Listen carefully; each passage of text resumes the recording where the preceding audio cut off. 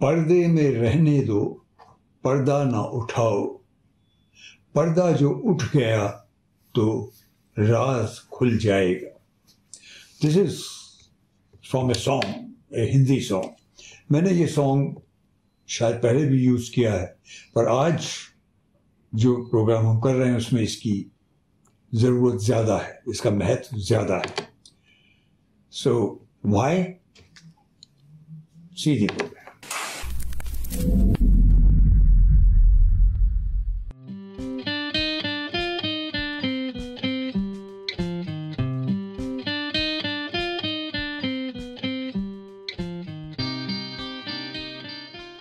Hello, welcome to four fingers formula episode 81।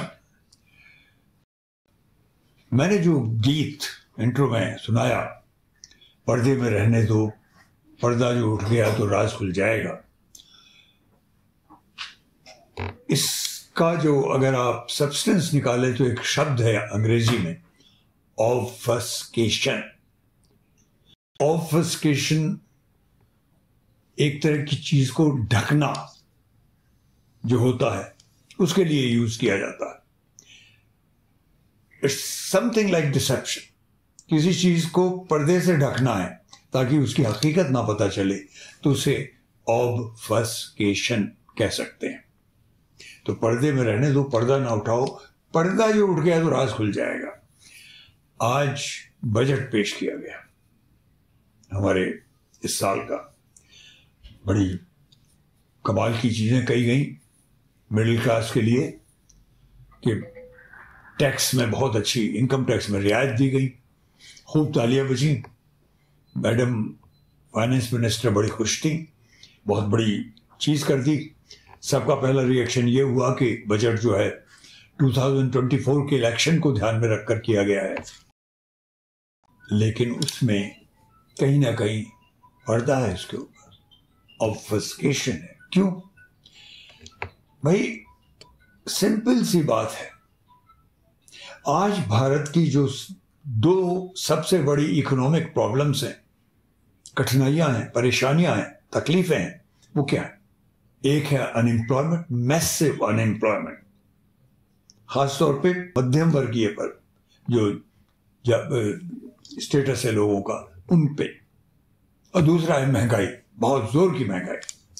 तो ठीक है, आप मुझे इनकम टैक्स में रिलीफ दें इस तरह से कि मेरी जो मियाद है इनकम टैक्स की, मतलब जो लिमिट है 5 लाख से लेकर 7 लाख कर दी जाती है, कि 7 लाख तक मेरी जो कमाई होगी इस पर कोई टैक्स नहीं लगेगा, कोई इनकम टैक्स नहीं लगेगा। या मेरी तनख्वाह से हो या मेरे किसी और तरह से काम करके जो कमाई मेरी होती है उस पर। और 7 से 8 के बीच में भी स्टेजेस हैं। पहली स्टेज में 5%, फिर 10%, फिर 15%, लाइक दैट। तो ठीक है, वो सब ठीक है, लेकिन भाई कमाई होगी तब ना। आज जो मैसिव अनएम्प्लॉयमेंट है उसके लिए क्या कर रहे हैं? या लोगों में जो बेरोजगारी या काम नहीं है कोई भी, उसके लिए क्या कर रहे हैं? सबसे पहली जरूरत है कि किसी तरह से ऐसी पॉलिसीज लाई जाए ताकि इंडस्ट्री जोरों से चलना शुरू हो, या जो सेल्फ एम्प्लॉयड हैं, MSME, मीडियम वर्ग के जो काम करने वाले हैं, मीडियम एंड स्मॉल इंडस्ट्रीज के, उनको रियायतों के अलावा उनको पैसा चाहिए। We have to give the cash injection, financial support, ताकि वो अपना रोजगार फिर से चालू कर सकें, खड़ा कर सकें, जो पेंडेमिक वगैरह के दिनों में बिल्कुल ही बर्बाद हो गया। और जब एम्प्लॉयमेंट बढ़ता है तो उससे भी छोटी इंडस्ट्री को फायदा होता है, क्योंकि लोग पैसों से अपनी चीजें खरीदते हैं, खरीदने के लिए उनको बनाया जाता है। जो छोटे रोजगार वाले लोग होते हैं वो भी बनाते हैं। तो सबसे पहली चीज ये है कि आदमी जब कमा पाएगा और उस स्तर तक आ पाएगा जो कि 7-8 लाख या 9 लाख 10 लाख साल के हों, मतलब 1 लाख लगभग 75,000 या लाख रुपया हर महीने का कितनों को मिल रहा है? लोगों के पास बिल्कुल काम ही नहीं है. So that has not been done. So this is obfuscation in my view. पर्दा डाला गया है, पर्दे को उठाया नहीं गया. इसी तरह से एक कमेंट बहुत ज़रूरी है जो मैंने अपने पिछला जो मेरा वीडियो था off the cuff OTC four fingers formula का, उसमें मैंने कहा था कि भारत जोड़ो यात्रा के बारे में एक इम्पॉर्टेंट खुल के एक वीडियो किया जाए. और मैं उसका इंतज़ार कर रहा था कि जब वो पूरी हो जाएगी, उसका समर्पण हो जाएगा, जो हो गया और मैंने OTC किया. उसके बाद मैं एक टिप्पणी में भारत जोड़ो यात्रा के ऊपर करूँगा. मैंने कई बार वीडियोस किए भारत जोड़ो यात्रा के दौरान कि वो कितनी सफल है और उससे कितने फ़ायदे हो रहे हैं, किस तरह से लोग उससे जुड़ रहे हैं, एक मोहब्बत का सा वातावरण बन रहा है. नफ़रत छोड़ो भारत जोड़ो, ये चीज़ अब प्रचलित ही नहीं हुई या एम्ब्रेस कर ली गई है. लोगों ने खुले दिल से इसे समेटा है अपने अंदर, जुड़े हैं लोग राहुल गांधी से, और बात समझ में आई है इसके पीछे जो भावना थी. तो अब क्या होगा आगे? सबकी निगाहें राहुल की तरफ थी. Rahul did not give any hint yet, although he said in A press conference. कुछ बातें हैं मेरे दिमाग में जो मैं बताऊंगा, कुछ विचार हैं मैंने सोचे हैं, जल्दी ही बताऊंगा. मैंने कुछ कैलकुलेटेड तरीके से अपने हिसाब से एनालिटिकली कुछ कैलकुलेशन करते हुए कुछ प्रोजेक्शन करने का इच्छा कराई मेरे अंदर. मुझे लगता है भारत जोड़ो यात्रा का सेकंड वर्जन शुरू होगा, जल्दी ही शुरू होगा. और वो यात्रा मुझे लगता है वेस्ट से ईस्ट तक होगी या नॉर्थ वेस्ट से, जम्मू एंड कश्मीर से भी हो सकती है, जिसका हिंट मिलता है हमें राहुल के जो भाषण हुए श्रीनगर में. उन्होंने हिंट दिया कि मैं अपने घर वापस आया हूं. मैं सोच रहा था कि इसी रास्ते से सालों पहले मेरे रिश्तेदार ऊपर से नीचे आए, कश्मीर से इलाहाबाद गंगा की ओर गए, और मुझे ऐसा लग रहा था कि मैं वापस अपने घर जा रहा हूं. मुझे लगता है अब उनके पद चिन्हों पे फिर से राहुल चलेंगे, पर उसकी शुरुआत हो सकता है शायद वो पंजाब से करें, अमृतसर से करें, गोल्डन टेम्पल से करें, स्वर्ण मंदिर से करें.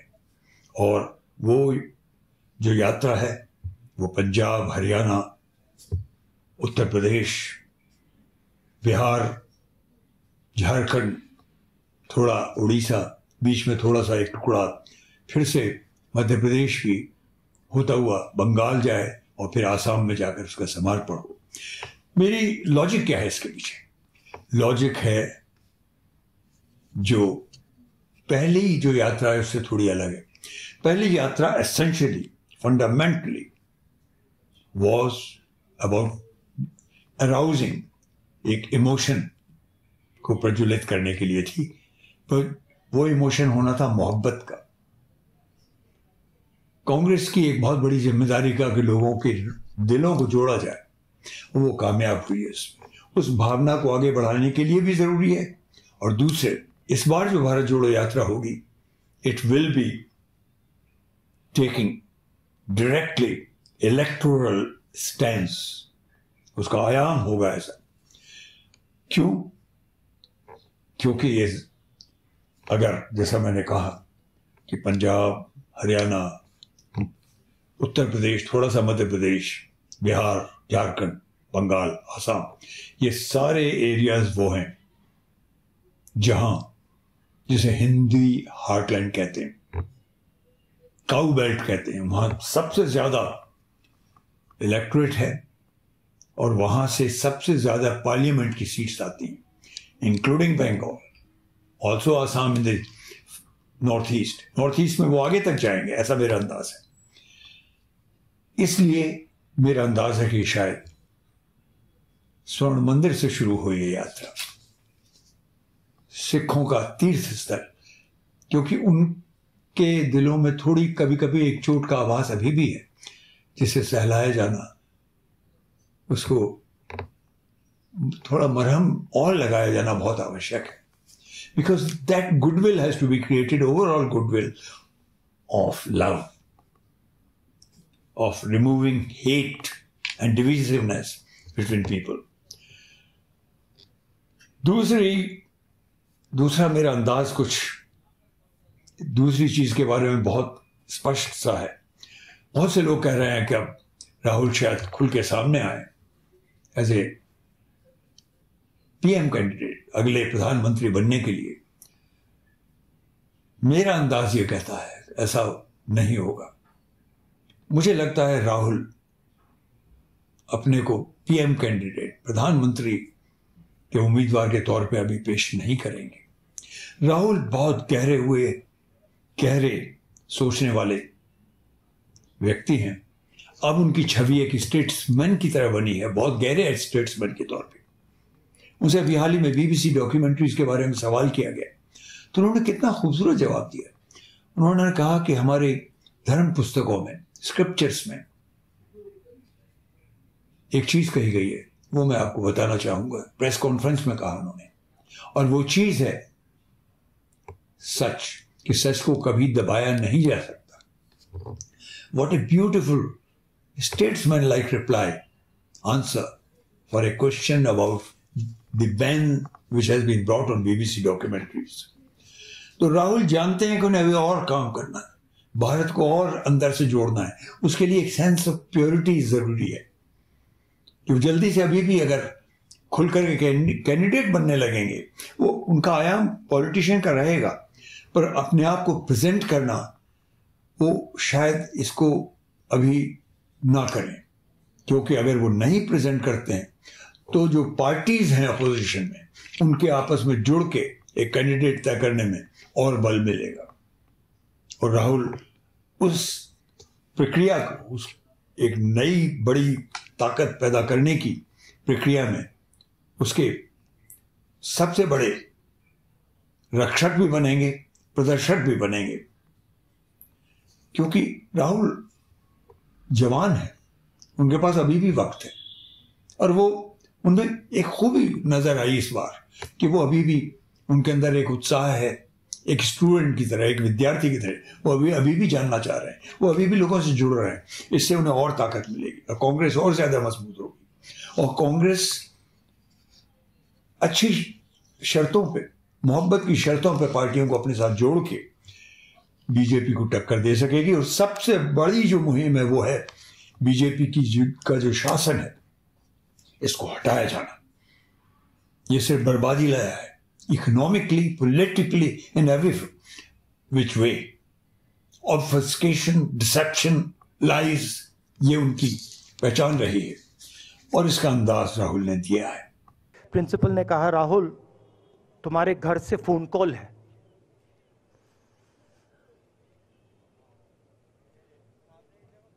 और जब मैंने उसके शब्द सुने, मुझे पता लग गया कुछ गलत हो गया है. मेरे पैर कांपे और मैंने जैसे फोन अपने कान पे लगाया तो मेरे माँ के साथ एक औरत काम करती है, वो चिल्ला रही थी, राहुल दादी को गोली मार दी, दादी को गोली मार दी. मैं अमेरिका में था और फिर से टेलीफोन आया. 21 में टेलीफोन आया. पिता के एक दोस्त थे, उन्होंने मुझे फ़ोन किया और कहा, राहुल बुरी खबर है. मैंने उनसे कहा, मैं जानता हूँ, पापा मर गए. कहते हैं हाँ. मैंने कहा धन्यवाद, फ़ोन रख दिया. पुलवामा के जो सैनिक थे, उनके बच्चों के दिल में क्या हुआ मैं जानता हूँ. मेरे दिल में वही हुआ है जो यहाँ पे कश्मीर में लोग मरते हैं, उनके दिल में क्या होता है. जब फ़ोन कॉल आता है क्या लगता है वो मैं समझता हूँ, मेरी बहन समझती है. मुझे लगता है issues like Pulwama will be raised more clearly. बल्कि दिग्विजय सिंह जी ने वो राहुल से पहले ही उठाई थी और उन्होंने बालाकोट की तरफ भी इशारा किया था कि उसके ऊपर भी एक अजीब सी अनसर्टेन फिगर्स ये सब चल रहा है। मुझे लगता है धीरे धीरे ये आक्रमण, ये अटैक्स, ये एग्रेसिव पॉस्चरिंग आएगा सामने। कांग्रेस अब क्योंकि 2024 का इलेक्शन आ रहा है, अटैकिंग मुद्रा में आएगी ही आएगी। और अगर राहुल अपने आप को कैंडिडेट नहीं पेश करते हैं एज ए पीएम तो उनकी ताकत और भी ज्यादा बढ़ जाएगी, उनकी मॉरल पावर बहुत बढ़ जाएगी। बहुत सारे सवाल उठने वाले हैं। दलित एक बहुत बड़ा फैक्टर होकर उभरेगा। दलित को दलित किया गया है, मंदिरों से दूर रखा गया है और अब वो बातें उठने लगी हैं जो हमेशा क्वेश्चनेबल रही, जिनकी उंगली सीधे हिंदुओं का जो अपर क्रस्ट है उस पर जाती है, ब्राह्मणों पर जाती है। रामायण की वो चौपाई बार बार उठाई जा रही है।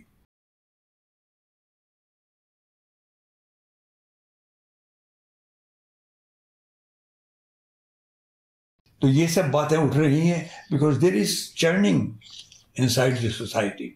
सोसाइटी इज रियलाइजिंग दैट मनुवादी सोच जो है उसने एक बहुत बड़े वर्ग को नीचे रखा है और ये वर्ग ये भी अगर उठ खड़ा होता है तो बीजेपी की पोजीशन बहुत खराब हो जाएगी, क्योंकि बीजेपी जीतने के लिए इस वर्ग को भड़काती है और इन्हीं से सब कुछ करवाती है।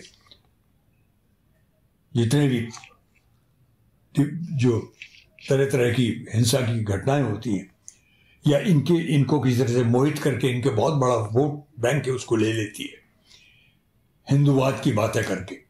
लेकिन दलित वर्ग धीरे धीरे समझने लगा है कि वो मनवादी चालाकी है और उसको चैलेंज करने की स्थिति में आ रही है। एक और जो बहुत बड़ी चीज आई है, अदानी साहब जिस तरह से कुछ भी कर गए, अमेरिका की एक कंपनी हिंडनबर्ग ने जिस तरह से उनके ऊपर लांछन लगाया वो उसका जवाब नहीं दे पाए ठीक से, और ये बात उठेगी आगे।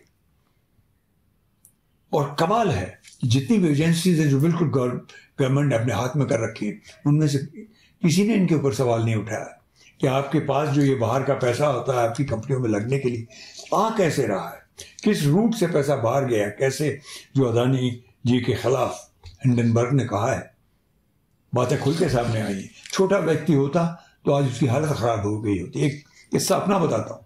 मेरी फिल्म एक बार फिर बहुत बड़ी हिट हुई थी और उस जमाने में एक छोटा सा थिएटर होता था, लोटस में वो चलती थी, वो मेन रोड पे था बर्ली में, तो ट्रैफिक रुक जाता था शाम को। तो वो अधिकारियों की नजर में आ गई, यार ये कौन सी फिल्म है, क्यों? तो पता चला कि तो इंग्लैंड के बारे में सारी, पर नाम जो प्रोड्यूसर डायरेक्टर का वो तो इंडियन है, तो ये पैसा कैसे लेके गया? ये बात जो एजेंसी उस जमाने में भी होती थी, एनफोर्समेंट ब्रांच, उनके दिमाग में आ गई।